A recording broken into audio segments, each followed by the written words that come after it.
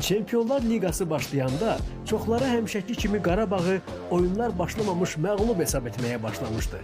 Ümidlənməməyi, rəqiblərin çox güclü olduğunu, biabır olacağımızı, hətta Avroliqaya getməyimizin daha yaxşı ola biləcəyini deyirdilər. Heç nə demədi Qurban Qurbanov.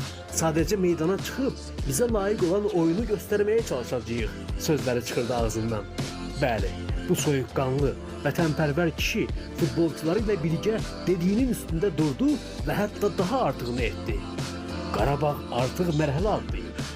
Rəqib güclü, adlı sanlı Newcastle-dır. Ancaq bir sualım var.